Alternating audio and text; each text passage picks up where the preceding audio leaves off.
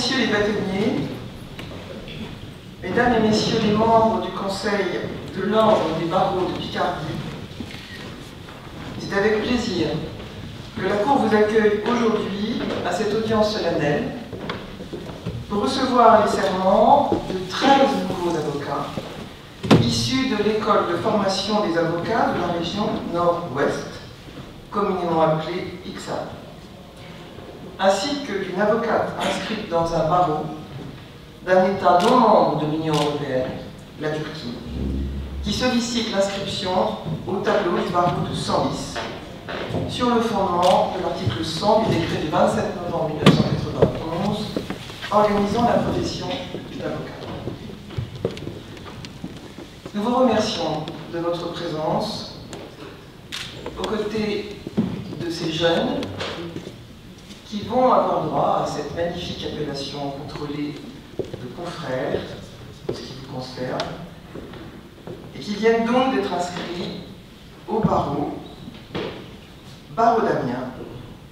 Monsieur le bâtonnier présente à la Cour pour être admis au serment Anthony Alexandre, Anaël Barlois, Anaïs Cassel, François Herman, Claire Mouquet et Maureen Pupin. S'agissant du barreau de Senlis, monsieur le bâtonnier présente Ruken Haïdine, Flore de Vos, Sémile Dogan, Zulika Walauchi Ablouki, Mathieu Marlot. Pour celui de Saint-Quentin, monsieur le bâtonnier présente Hélène Bégard, Margot Tavernari. Et enfin, pour le barreau de Compiègne, madame le bâtonnier présente Nicolas Nourri. Madame le procureur général, vous avez la parole pour vos réquisitions. Madame la Première Présidente, Mesdames et Messieurs de la Cour, Mesdames et Messieurs les bâtonniers et les membres des conseils de l'ordre de notre ressort, Mesdames et Messieurs les avocats, chers impétrants, le voici arrivé le jour de votre prestation de serment, jour très important, moment solennel pour vous, pour vos familles et pour notre institution, l'institution judiciaire. Alors évidemment pour vous en premier lieu, car cette cérémonie, elle marque l'aboutissement d'une longue période d'études et ou d'apprentissage, d'un long investissement dont vous recueillez aujourd'hui les fruits, d'autant plus savoureux qu'ils ont été attendus. Et à partir de ce jour, vous allez exercer pleinement la profession que vous avez choisie dans l'un des ressorts, dans l'un des barreaux du ressort de la Cour d'Amiens, selon les indications qui viennent d'être données par Madame la Première Présidente. Vous souhaitez débuter en Picardie et j'espère vous y enraciner. Alors parmi vous, une impétrante n'a pas tout à fait la même histoire, c'est Madame Dogan, qui a déjà exercé ce métier d'avocat en Turquie, qui a dû fuir son pays d'origine dans des conditions douloureuses et dont j'espère qu'elle trouvera chez nous, et plus précisément au sein du barreau de Senlis, des conditions d'exercice de sa profession sereines, dans le cadre d'un état de droit certes perfectible, mais qui lui garantira cependant la sécurité et la liberté. C'est un moment important, disais-je, en second lieu, pour vos familles, vos parents, vos amis, vos formateurs, qui sont naturellement fiers de vous, comme vous pouvez l'être vous-même, et qui sont émus, peut-être autant que vous, par la solennité du moment et la solennité du lieu. Quelle salle! Et nous aussi, nous partageons un peu de leur émotion, celle que nous inspire votre jeunesse, les promesses que vous incarnez, et puis ce lieu magnifique, je le disais, chargé d'histoire. Alors c'est à cet instant que je souhaite saluer pour son engagement monsieur le bâtonnier Patrick Delahaye, président d'ICSAD, donc c'est l'école de formation du barreau pour les ressorts des cours d'appel de Douai, Amiens, Rouen, ainsi que sa directrice, madame Karine Losfeld. Je remercie également les bâtonniers présents et les avocats qui nous honorent de leur présence et qui vous accompagnent physiquement et moralement dans cette étape importante de votre vie professionnelle et de votre vie tout court. Et puis enfin, c'est un moment important pour l'institution judiciaire, car la justice, avec un grand J, a besoin de vous, de votre jeunesse, de votre allant, de vos compétences, de vos idées et de votre enthousiasme. J'espère qu'il est intact et prêt à être valorisé, employé dans votre future mission. et je le dis avec conviction, avocats, magistrats, fonctionnaires de justice forment en effet ensemble, de manière complémentaire et indissociable, les forces vives de toute œuvre de justice dans un état de droit. Chacun à sa place, chacun dans le rôle qui lui est attribué par la loi, et selon les principes déontologiques attachés à sa profession, qui sont largement communs d'ailleurs à tout le monde. Alors, prêter serment, qu'est-ce que ça signifie? Ce n'est pas se soumettre à un banal formalisme vide de sens. Ce serment, il va faire de vous un avocat, pour chacun, des avocats tous ensemble, à part entière, et il exprime les valeurs essentielles de votre profession. Vous ne le prononcerez qu'une seule fois, c'est aujourd'hui. Mais vous devrez vous en souvenir toujours, car il guidera votre action pendant toute votre vie professionnelle. Il sera la base de votre déontologie et la substance de votre éthique professionnelle. Un tel serment a toujours existé depuis les temps modernes, c'est-à-dire depuis la Révolution française. Il est en effet lié très étroitement à l'esprit des Lumières, à l'idée d'un contrat social que noue chaque citoyen avec la société, pour le compte de laquelle il va œuvrer, dans le cadre de la communauté à laquelle il appartient. La communauté professionnelle s'entend ici.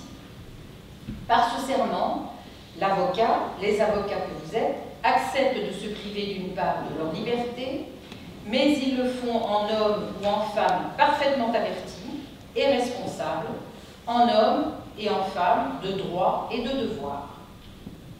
Alors si nous faisons un peu d'histoire, c'est un exercice que je considère comme particulièrement utile lorsque nous vivons comme actuellement une période de profonde mutation qui peut parfois faire perdre les repères connus. Si nous faisons donc un peu d'histoire, nous prenons conscience que la formule de ce serment a notablement évolué au fil des temps, avec la liberté croissante reconnue à l'avocat et avec l'indépendance croissante de la justice au sein des institutions de l'État, et selon les préoccupations sociales et politiques du moment, bien entendu. Alors vous mesurerez sans peine cette évolution lorsque je vous aurai lu la formule du serment prévue dans la loi du 22 Ventose en 12, dont la voici. Les avocats seront tenus à la publication d'un présent loi et à l'avenir, avant d'entrer en fonction, de prêter serment de ne rien dire ou publier comme défenseur au Conseil, de contraire aux lois, aux règlements, aux bonnes mœurs, à la sûreté de l'État et à la paix publique, et de ne jamais s'écarter du respect dû aux tribunaux et aux autorités publiques. On peut parler d'un serment très contraignant qui faisait beaucoup de place au respect des règles et des institutions. Enfin, je n'ai rien contre le respect des règles et des institutions, je vous rassure, mais qui n'évoquait aucune des valeurs humanistes propres à la défense. C'est pourtant cette formule à peine remaniée qui a été en usage jusqu'en 1982, donc ça n'est pas si ancien. Et c'est par la loi du 15 juin 1982 qu'une nouvelle formule faisant beaucoup plus appel à la conscience de l'avocat qu'à sa docilité a été créée. La voici, cette formule. Je jure, comme avocat, exercer la défense et le conseil avec dignité, conscience, indépendance et humanité. Et les termes d'indépendance et d'humanité ont vraiment leur sens et ils traduisent vraiment les évolutions sociologiques, idéologiques et politiques de notre siècle et puis les attentes de la société vis-à-vis des avocats. Puis c'est une loi du 31 décembre 1990. Cette loi n'est pas neutre, c'est celle qui a organisé la fusion des professions d'avocat et de conseil juridique. Donc c'est cette loi qui a ajouté entre l'indépendance et l'humanité la notion de probité, un ajout qui n'était peut-être pas très aimable pour les anciens conseillers juridiques devenus avocats. Alors, vous entrez aujourd'hui, après cette prestation de serment qui marque le début, vous entrez aujourd'hui dans une profession exigeante. C'est la pierre angulaire d'une justice démocratique, et j'ajoute d'une justice qui se modernise, qui veut se moderniser encore plus, mais qui doit le faire sans perdre son âme, et vous pouvez l'y aider. Permettez-moi pour finir de citer Robert Badinter. Il écrivait à propos de la peine de mort, j'allais dire on s'en doute, mais son propos concerne toutes vos missions et s'adresse à vous tous, quelle que soit l'orientation que prendra votre carrière et les causes dont vous vous chargerez. Le courage, pour un avocat, c'est l'essentiel. ce sans quoi le reste ne compte pas. Talent, culture, connaissance du droit, tout est utile à l'avocat. Mais sans le courage au moment décisif, il n'y a que des motifs, des phrases qui se suivent, qui brillent et qui meurent.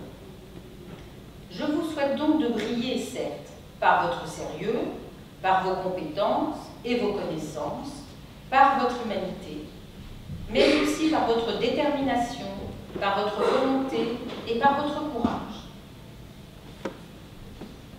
Alors, Madame la Première Présidente, je constate que les 14 impétrants ont été admis à l'inscription sur la liste de leurs barreaux respectifs, ayant satisfait à toutes les obligations réglementaires.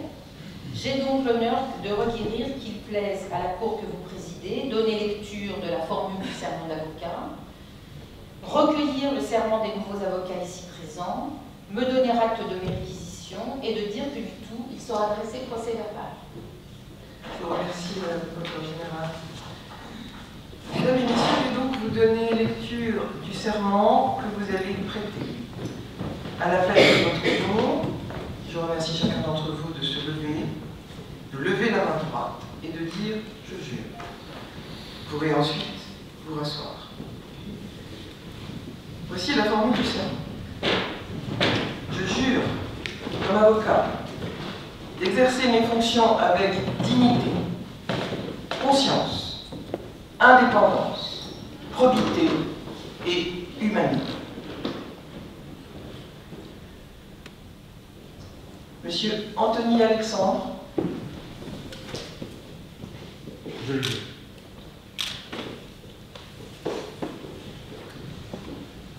Madame Ruken Heidi. Je le jure. Madame Anaëlle Barlois. Je le jure. Madame Hélène Legard. Madame Anaïs Cassel. Madame Flore Devos. Madame Sémille Dogan. Monsieur François Herman. Madame Zulika Oualarouche-Labriki. Monsieur Mathieu Marlot.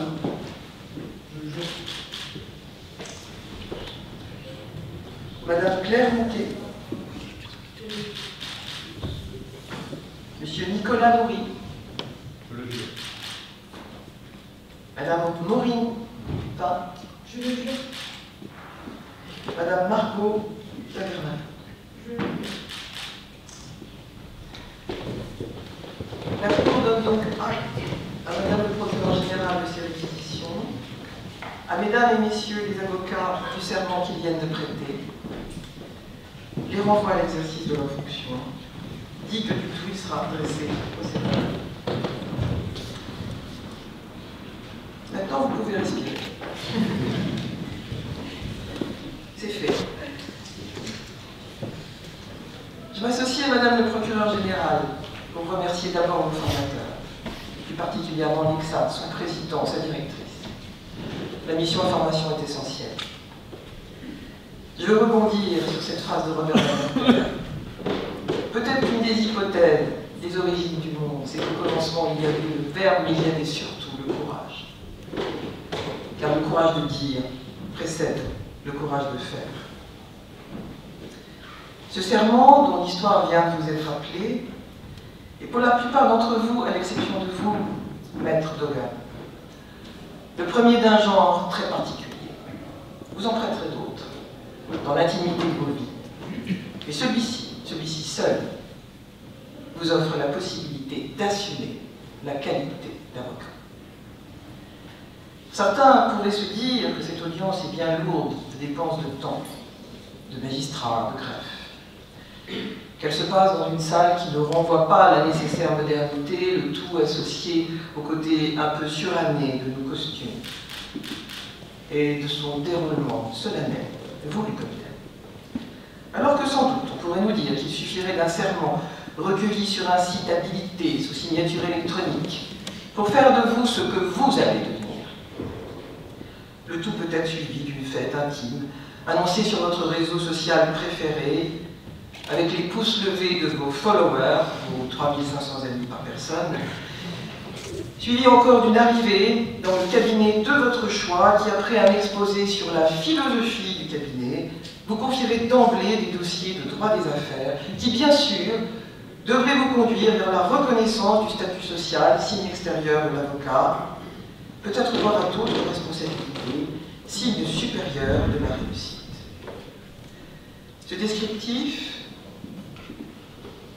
peut-être a-t-il droit à l'appellation de moderne, s'il peut certes correspondre à cette vilaine vision véhiculée dans ces séries fleuves Made in USA, qui semble éduquer notre grand public à nous appeler, nous, magistrats, votre honneur, et à vivre l'avocat français, non pas comme tel, mais selon le modèle anglo-saxon, précision donnée d'ailleurs que tous les juges ou presque sont du modèle homme à cheveux blancs, hautement politisé, femme mature, un peu hystérisée, et en tout cas d'une autorité acariâtre reconnue, alors que tous les avocats des dites séries sont bien sûr tous, mais alors absolument tous, calibrés, normés dans la beauté et la richesse, quoique avec des vies privées très compliquées,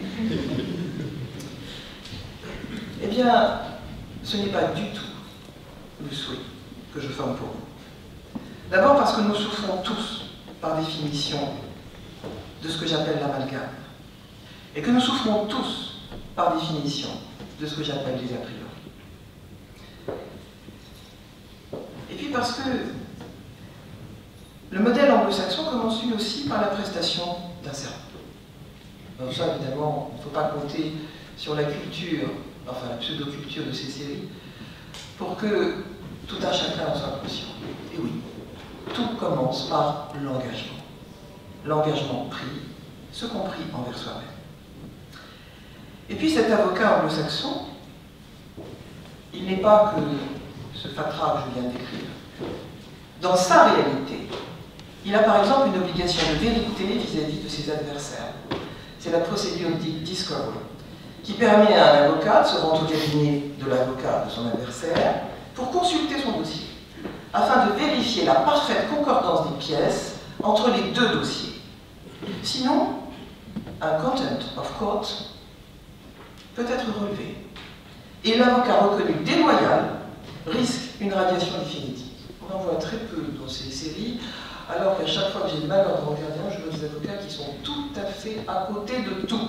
Mais bon. Dans notre modèle français, l'avocat, lui, est protégé par une notion qui a certes fait couler beaucoup d'encre, celle du secret professionnel, dont il est tout à la fois le garant et le premier gardien. Il peut arriver à un avocat de devoir pratiquer ce que je vais appeler une économie des vérités, et de rejoindre ainsi ce vieux proverbe de notre continent, parce qu'on le trouve dans toute l'Europe, selon laquelle toute vérité n'est pas bonne à dire ou à plaider. Il pourra arriver que le bureau de l'avocat qui reçoit de son client ne soit pas un confessionnal, mais qu'il prenne plutôt les allures de ce que je vais nommer une salle de crise, où va se construire la stratégie de la défense. Du moins pour l'avocat pénaliste. Parce que l'avocat pénaliste, lui, se construit cette stratégie à partir de sa vérité. L'avocat en droit public, pour lui, la vérité, c'est bien autre chose. C'est la légalité, l'adéquation aux normes. Vous voyez, nous sommes dans un tableau qui se nuance. Ben, je suis d'accord avec vous, il ferait fort peu recette dans une série. Le métier d'avocat est en pleine mutation. Madame le procureur général, vous l'avez relevé avec une très grande justesse. Et le passage semble relever une obligation qui serait que pour défendre son client de la meilleure des manières, il faut désormais connaître les nouvelles technologies, voire les posséder parfaitement. Il n'est d'ailleurs pratiquement plus de cabinet qui ne possède effectivement son site sur un réseau social, pour faire état de ses compétences, de ses qualités, souvent dans un style comparatif, parfois associé à des photographies dont certaines pourraient ne pas correspondre tout à fait à l'idéal de dignité visé par votre serment. Et les ordres s'en sont fort légitimement émus. Nous sommes riches d'un rapport aérien, mais 2 février 2017, qui, lui, a eu le courage de s'interroger sur l'avenir de la profession d'avocat et a formulé des propositions vous visant majoritairement, vous, les jeunes avocats, en prenant des mesures destinées à favoriser votre installation. J'ai d'ailleurs relevé dans ce rapport, à l'époque avec plaisir, une formule qu'on entend peu et qui pourtant est d'importance. Il parle de la nécessité pour un jeune avocat de connaître un bien-être. Oh, ce n'est pas au sens de notre possession, de notre société de consommation, non. C'est au sens du bien-être, bien faire. Oui, il indique qu'il faut que les jeunes avocats soient formés au numérique, mais aussi aux nouvelles pratiques. Il prône le renforcement des cliniques du droit. Il nous dit qu'un plan national de sensibilisation ayant pour objet de présenter les réalités de l'exercice de la profession serait une bonne chose. Il nous parle parité, diversité effective de la profession. Souligne que l'effectif a doublé en 20 ans. Souligne aussi que 45% des avocats sur notre territoire métropolitain ont moins de 40 ans. Souligne aussi que 55% d'entre eux sont des femmes.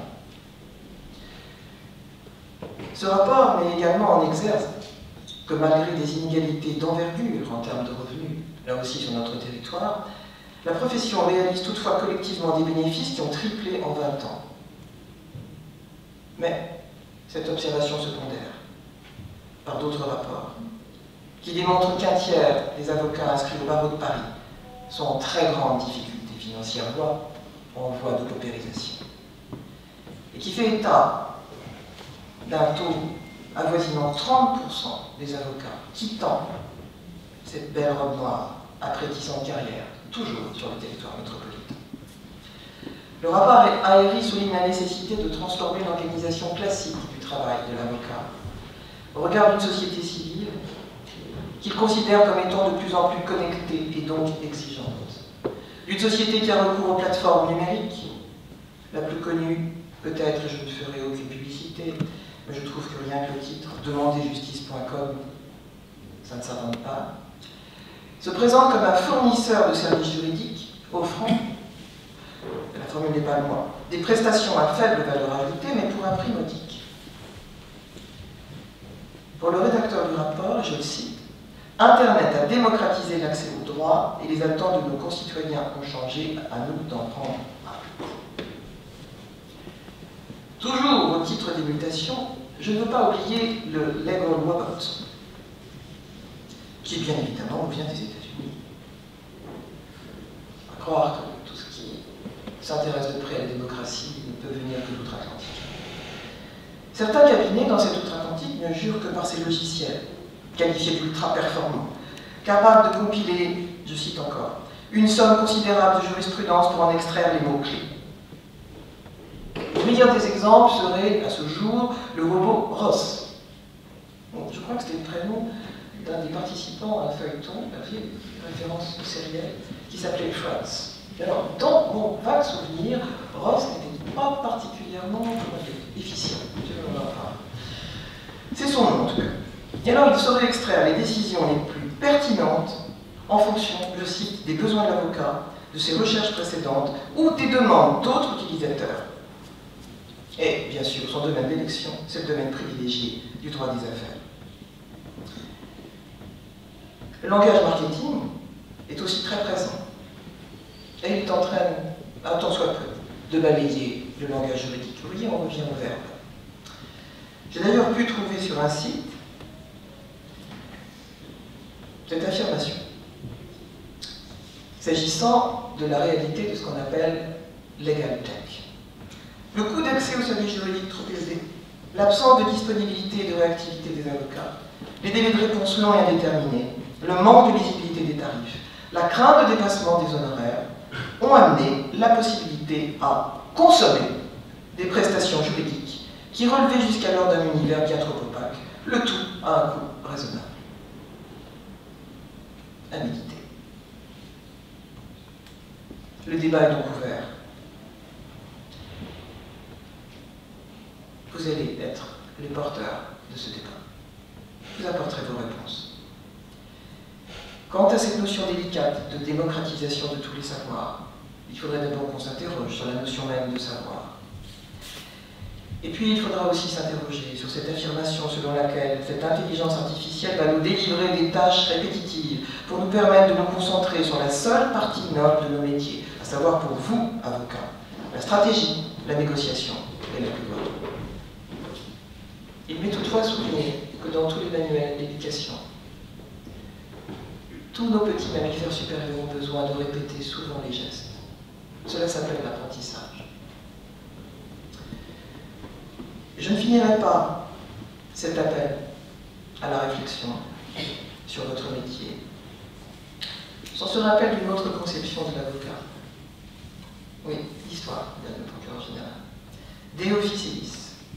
Le juge doit en toute affaire n'avoir en vue que la vérité. L'avocat peut à l'occasion dans sa plaidoirie s'en tenir au vraisemblable, même quand il diffère du vrai. Il est glorieux surtout, et la reconnaissance due au défenseur en sera accrue lorsqu'il viendra au secours d'un accusé qui aura contre lui pour l'accabler un homme puissant avec toutes les ressources dont il dispose. Cela, c'est le débat qu'ouvrait Cicéron, et qui personnellement me paraît toujours d'actualité, parce qu'il pose le rôle premier de l'avocat, parce que l'avocat est par essence celui qui défend, et qui a le droit de se battre pour assurer à la défense les conditions de son existence, et pour assurer la sienne. Oui, madame le procureur général, l'avocat est indispensable dans toute société démocratique. Et la démocratie pourrait être une notion bien plus fondamentale que la démocratisation.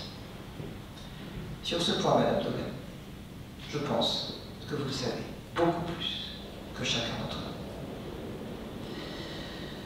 Que vivent donc en dignité, conscience, indépendance, probité et humanité ce magnifique et indispensable métier que vous avez choisi d'exercer au XXIe siècle, et que ce siècle, j'espère que nous pourrons en tout cas travailler ensemble, soit le siècle de l'intelligence de l'homme, quels que soient les véhicules dont il devra certes conserver la maîtrise.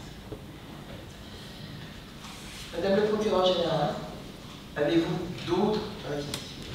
Pas du tout, madame la première présidente, et chacun s'en réjouit. Au terme de cette audience solennelle, je remercie la direction et le conseil d'administration de l'ICSAD qui invite les nouveaux avocats que vous êtes, ainsi que vos familles dont j'entends bruisser la fierté, à une réception organisée à la maison de l'avocat. Et j'invite chacun d'entre vous à nous rejoindre aux côtés de madame le procureur général, parce que bien évidemment, nous allons terminer cette installation par une photo de groupe. Et je déclare l'audience solennelle